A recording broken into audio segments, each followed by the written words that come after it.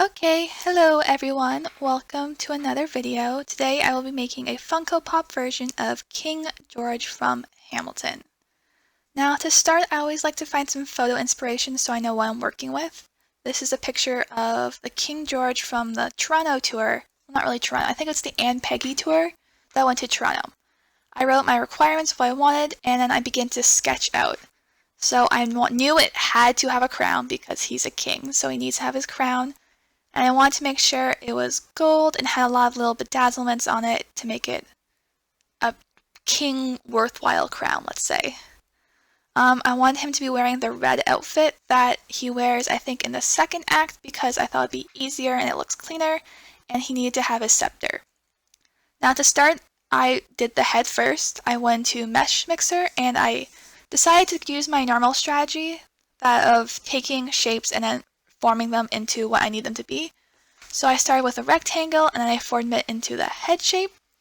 And then for the eyes, I'm taking a sphere and flattening him out and putting it on its face. Now, since he's a King George, he has a whole bunch of these little beautiful curls, let's say. And to do that, I'm taking a cylinder and I want to shape it. I didn't want it to be like a big cylinder because I thought it'd be too clean. So I wanted to get a whole bunch of little cylinders and then fit it to his head. And I wanted there to be 2 rows of curls, so I combined all those little rectangles I made and then smoothened them out. And now for the front of the face, I also wanted to have the little, because it's a curl, it's hollow on the inside, so I need to make sure the first in front of the face had those. I also drew in the little nose. This I didn't use a shape, it's just easier to extrude that. And then you cut the little curls into chunks, so I cut the chunk and then I smooth it all pretty, and I repeated that for just sections along the side of the face. Here I'm making the ear, and I decided to only make one and then mirror it, and then put it on the other side of the face. So there we go. That is the basics of the face. Now for the crown, I decided to do it in Shaper 3D. So I started by flattening off the head, and I wanted to make sure the face is clean, so I just took a rectangle, smoothed it out, and then put it over the face. And I fixed the eyes a bit to make them a bit more bigger. And then I started to draw the crown. So I started by drawing the bird's eye view of all the layers, which is I like to do. And then extruding them up to different levels. And I rounded them off. And I wanted to have the little felt part of the crown shaped better. So I reshaped it and put it back in. And then for the gold plate that goes over the felt part. Oh, my mom called. Mid-video.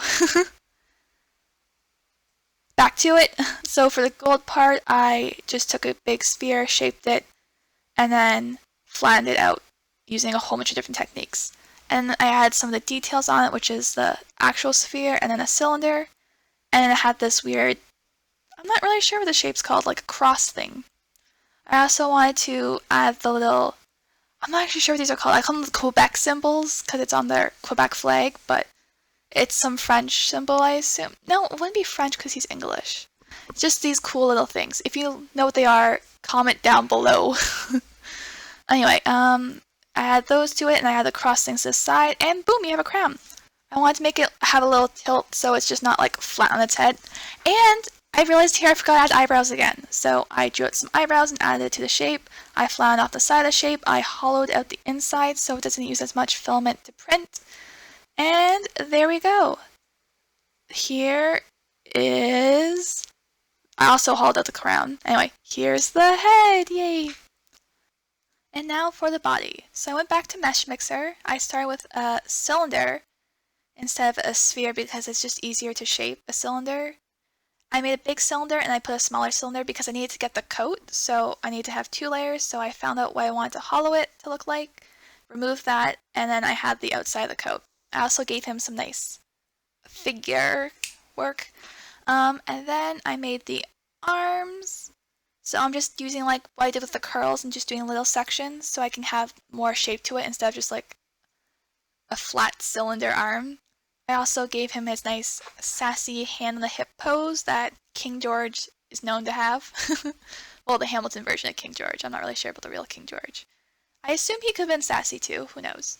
I had some nice, not really, some shape to the coat. And then here I'm just adding, I wanted to make sure I always separate the top of the shirt from the beginning of the legs because I need the hip shapes, which I can't just magically get. I added some detail to the shirt, some shorts. I merged the arms together, which is what I'm doing here, and smoothened it out. King George is wearing pants and then tights and then shoes, so I'm adding the tights in, and here are the shoes. They're like, it's hard to describe what kind of shoes they are, but they're weird. They're not like sneaker looking shoes, which I'm used to. Anyway, so I add the shoes, I'm adding the collars to the end of the shirts and just shaping them in a nice lace frill little pattern. And I'm adding a whole bunch of details to it. So here I'm adding the shirt combination, and I'm giving the shirt combination the buckled look. I decided I didn't like the curl in the shirt, so I'm just trying to remove that. I also realized the coat was too long, so I'm making it longer. I flattened out the shirt because I wasn't happy with it before, as I said. And then here I'm adding the scarf collar thing. So as I said before, I'm just using dynamic shapes and then I'm shaping them into what I want. So here's the little bow. Here's the bottom part of the collar. And now here's me drawing the hand. I accidentally drew the hand backwards, so I had to rotate it to fit the right way because when you hold something, your thumb is on the inside, not the outside. And then I'm just adding the fingers on the hips. And then here I decide I want to add the details. So instead of making it curved, I want to add just the side curls away from the center of the coat.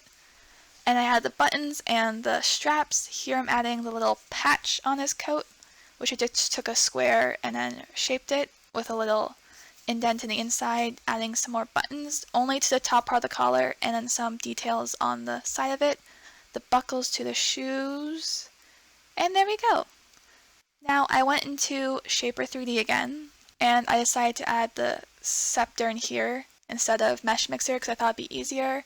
So I just drew out the basics of the shape, merged it together, and then subtracted it from its hand so I could have a nice little hole to put it in.